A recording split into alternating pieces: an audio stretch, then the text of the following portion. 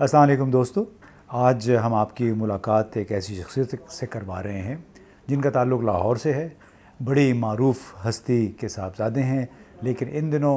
जो मिशन इन्होंने संभाला उसके बायस मुल्क में पहली मरतबा एक ही दिन ईद हुई और दुनिया भर में एक बड़ा मुस्बत तासुर गया पाकिस्तान का। तो वो शख्सियत हैं मौलाना अब्दुल ख़बीर साहब। बहुत शुक्रिया, आपने हमें वक्त दिया है। तो ये बताइएगा कि मुल्क में पहली मरतबा ऐसे हुआ है, इत्तेहाद और यगांगत का मुज़ाहरा किया गया है, उसमें आप लोगों की बड़ी कंट्रीब्यूशन है। तो आइंदा ऐसे ही मौक़े के लिए आप क्या लाअमल इख्तियार कर रहे हैं ताकि दोबारा फिर खिफ़त का सामना ना करना पड़े पाकिस्तानियों को, ये सुनने को ना मिले कि आप दो तीन ईदें मनाते हैं। बिस्मिल्लाहिर्रहमानिर्रहीम। बहुत शुक्रिया आपका कि आज आपके साथ मुझे गुफ्तगू का मौका मिल रहा है। मैं यहाँ पर ये बात ज़रूर बताना चाहता हूँ कि अल्हम्दुलिल्लाह जब से ये ज़िम्मेदारी मुझे मिली है मरकज़ी रोयत हिलाल कमेटी पाकिस्तान की, तो हमने कोशिश की है, क्योंकि ये एक वहदत का प्लेटफार्म है और इस प्लेटफार्म से वहदत के पैगाम को पूरे पाकिस्तान में और पूरे पाकिस्तान के हर घर में पहुंचाने की कोशिश की जाए और आम किया जाए। और दूसरा ये है कि मैं इससे पहले भी जो पहले कमेटी थी उसमें 16 साल मैंने काम किया है, मगर जब ये ज़िम्मेदारी मुझे मिली तो मैंने इसको एक मिशन बनाया और कोशिश की कि हम पूरे मुल्क के अंदर काम करें। तो मैं पंजाब में, खैबर पख्तूनख्वा में, बलूचिस्तान में, सिंध में और कुछ और इलाक़ाजात में अपने दौरे किए, सफ़र किए और तमाम मकातब फ़िक्र के जय्यद उलमाए कराम से मुलाकातों का सिलसिला जारी रहा। और इन मुलाकातों के अंदर सबसे ज़्यादा अहम बात यही थी कि हम कोशिश करें कि हम इस वहदत के प्लेटफार्म को जो है एक ऐसा प्लेटफार्म बनाएं कि ये जो आने वाला रमज़ान है और आने वाली ईद है, जो कि हर दफ़ा अगर देखा जाए तो बहुत मसाइल जो हैं वो हमें दरकार होते हैं। ये जो रोयत का मसला है ये शरीयत और शहादत की बुनियाद पर होता है, और अगर हमने ये आज़म किया कि एक दिन रोज़ा हो और एक दिन ईद हो तो इसमें अल्लाह ताला से मदद को हासिल किया। अल्लाह ताला ने मदद फरमाई और अल्लाह ताला ने पहली दफ़ा आप देखेंगे या काफ़ी अरसे के बाद आप ये देखेंगे कि पूरे पाकिस्तान के अंदर पूरी कौम ने एक दिन रोज़ा रखा। और जब मैं खैबर पख्तूनख्वा में गया तो वहाँ के लोग ये कहते थे कि मौलाना साहब हमारी शहादत, हमारी बात, हमारी गवाही जो है मरकज़ी रोयत हिलाल कमेटी नहीं लेती। तो मैंने उसी वक्त ये बात की कि हम इजलास जो रमज़ानुल मुबारक के चाँद का है वो हम पेशावर के अंदर खैबर पख्तूनख्वा के सदर मकाम में रखें। और अल्हम्दुलिल्लाह हमने रखा और हमने उनको कहा कि आप अपनी बात करना चाहते हैं करें, शहादत देना चाहते हैं, जो भी आप चीज़ लाएंगे हम ज़रूर उसको देखेंगे, मगर कोई गलत बात नहीं होनी चाहिए, कोई गलत गवाही नहीं होनी चाहिए, कोई गलत शहादत नहीं होनी चाहिए। जैसे रमज़ान हमने एक दिन, तो हमें जब शहादतें आना शुरू हुई चमन से, पसनी से, मकरान से, किला सैफुल्ला से, कोयटा से, तो हमने उन तमाम को जमा की। फिर खैबर पख्तूनख्वा के अंदर हमारी ज़ोनल कमेटी है, उसने भी 38 शहादतों को इकट्ठा किया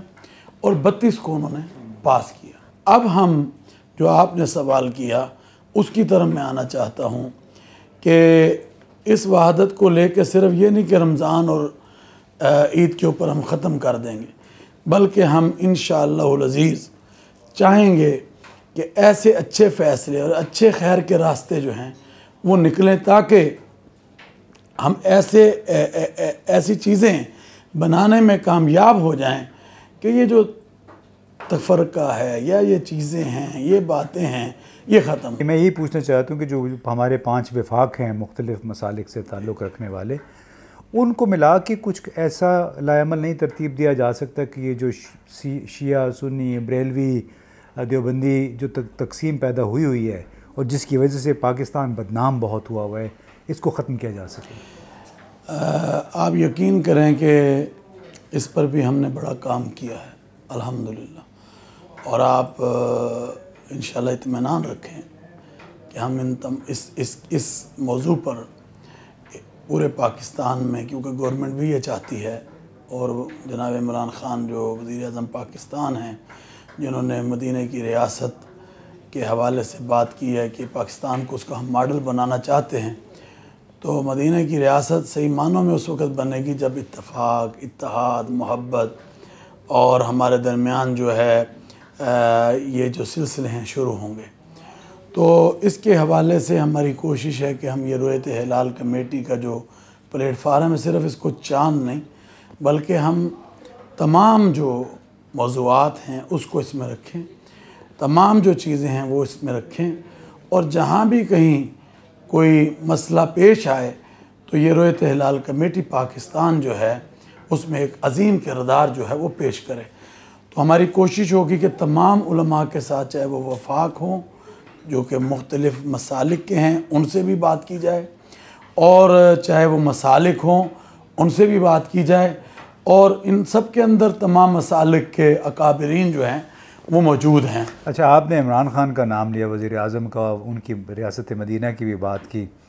तो आप नहीं समझते वो लोग जो कि इमरान ख़ान के मुखालिफ हैं वो कहेंगे आप भी उनकी टीम का हिस्सा बन गए हैं? नहीं, देखिए हमने हमेशा, मैं तो ये समझता हूँ कि आज तमाम क़ुव्वतों को इस मुल्क के लिए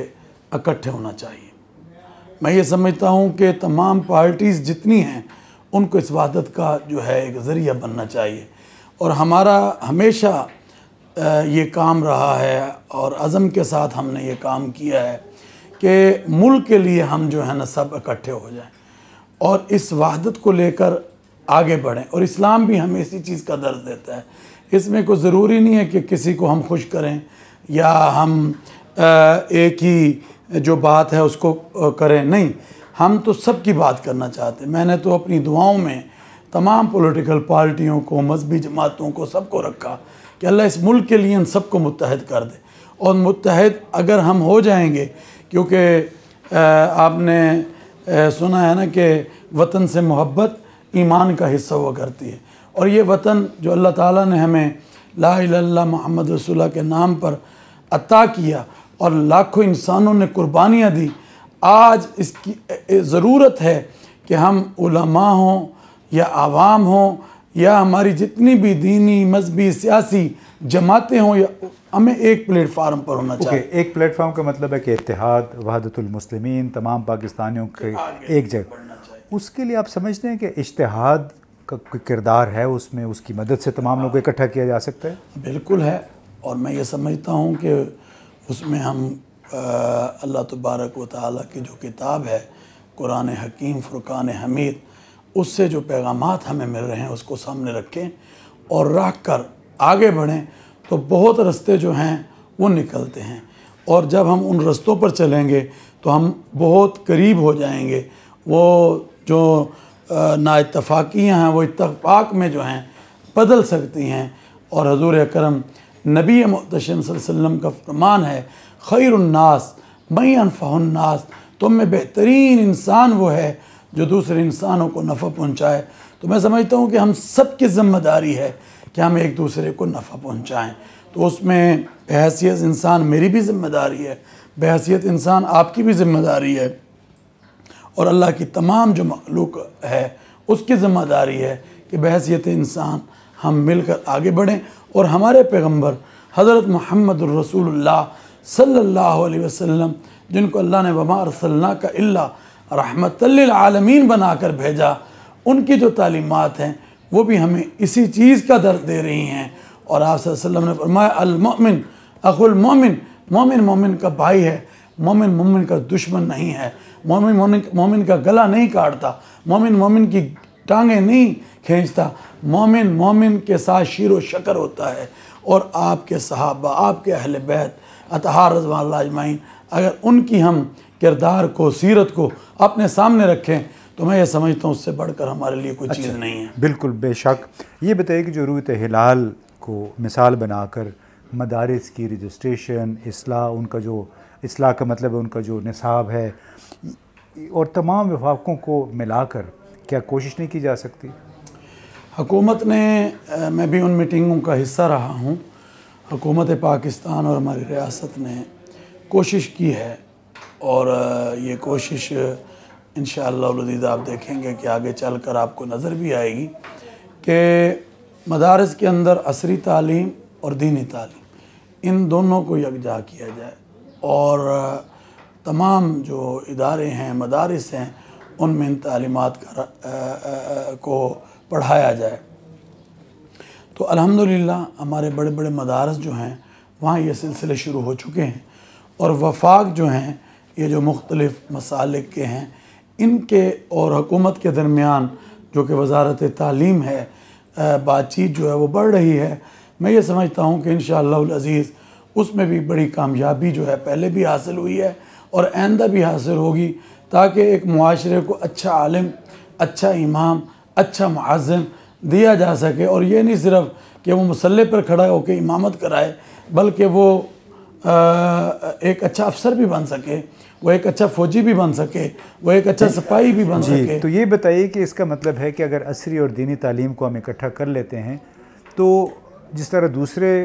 आम स्कूल हैं वो एक कारोबारी इदारे के तौर पे उनकी रजिस्ट्रेशन होती है, तो आप समझते हैं कि अगर हम ये बात मान लें कि वाक़तन यहाँ पे हर किस्म की तालीम दी जा रही है, तो अगर दूसरे